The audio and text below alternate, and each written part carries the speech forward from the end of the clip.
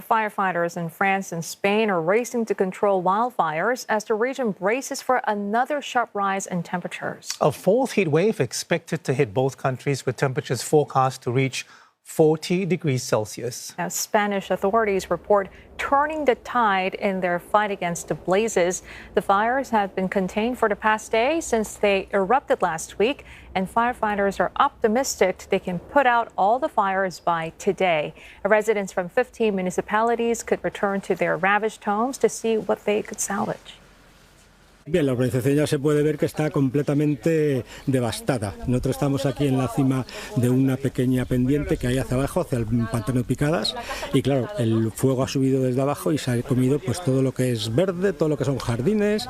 Algunas casas han quedado también destruidas completamente y otras, gracias a Dios, pues se han salvado. Dicen que ha saltado alguna brasa o algo y se ha abrazado aquí. Mi madre vive aquí, está afuera y nada, corriendo aquí a ver qué se puede hacer para salvar la casa, pero esto es increíble, o sea, el pueblo está que no se puede estar. Well, some residents in France's Gironde area have been allowed to return home as firefighters make some progress. But authorities fear efforts to control the intense and unpredictable flames will be made even more complicated by the heat wave. Ross Cullen is in Bordeaux, where he tells us thousands more had to be moved to safety. Well, I'm here at the main evacuation centre in the French city of Bordeaux. Hundreds of people are continuing to be looked after here 24/7. And there was some good news for some of the people here on Tuesday, as more areas were declared to be in a fire-safe zone, and so they were able to return to their homes.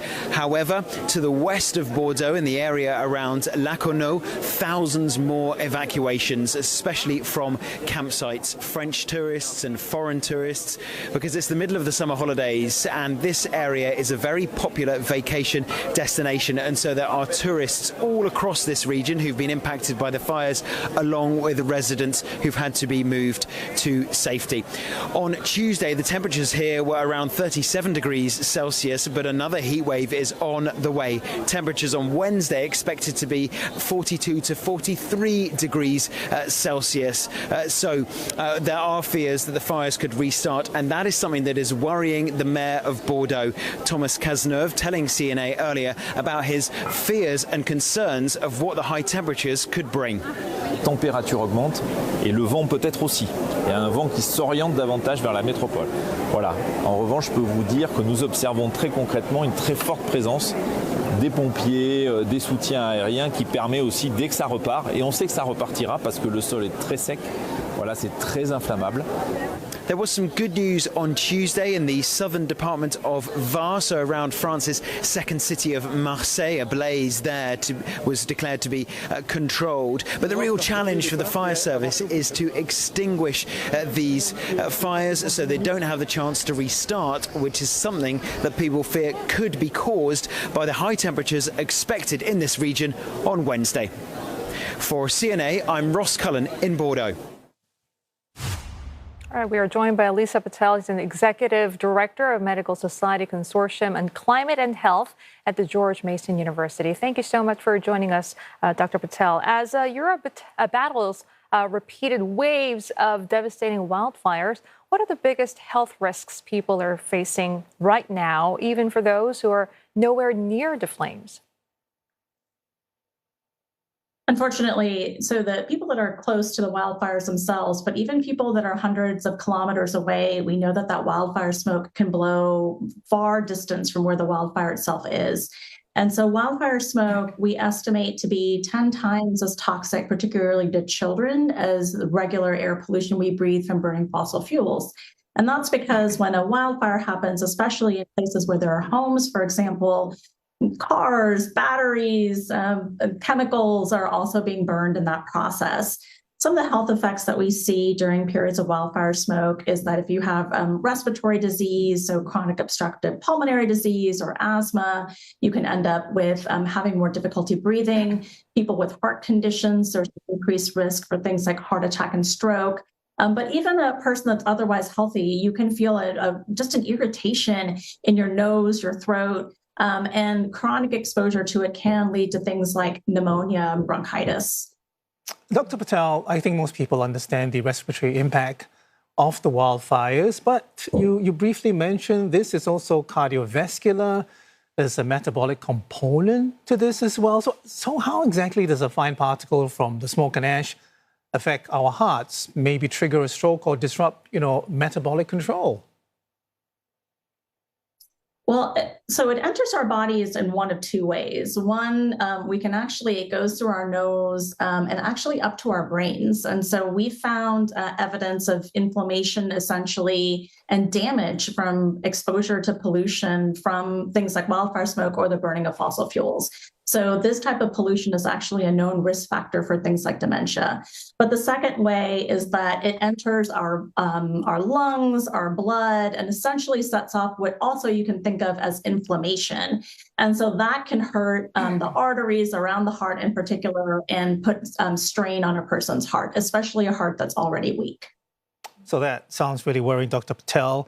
I also have a question about exposure and intensity. The air in Bordeaux, we know, has been measured at more than 6 times the WHO's safety limit. So I'm wondering, does the risk come from how long you're being exposed, or is there a tipping point when it suddenly becomes, much more dangerous? So I guess the question is it at 6 days, at 50? Is that, less dangerous than 5 hours at 200, for example?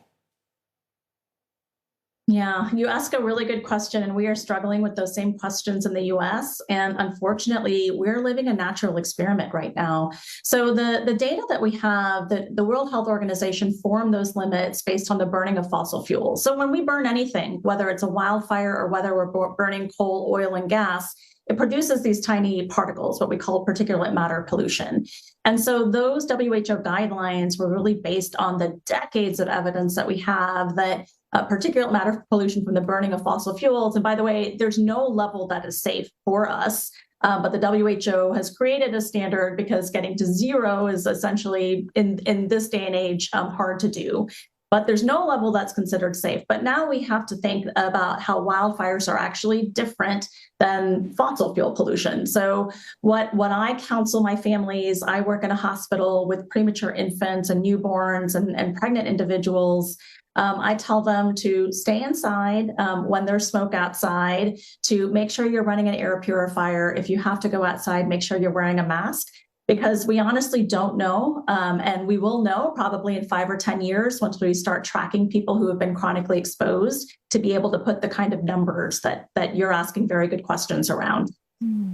And doctor, beyond the physical health impacts, what are the mental health toll on people living through repeated wildfire events or prolonged smoke exposure?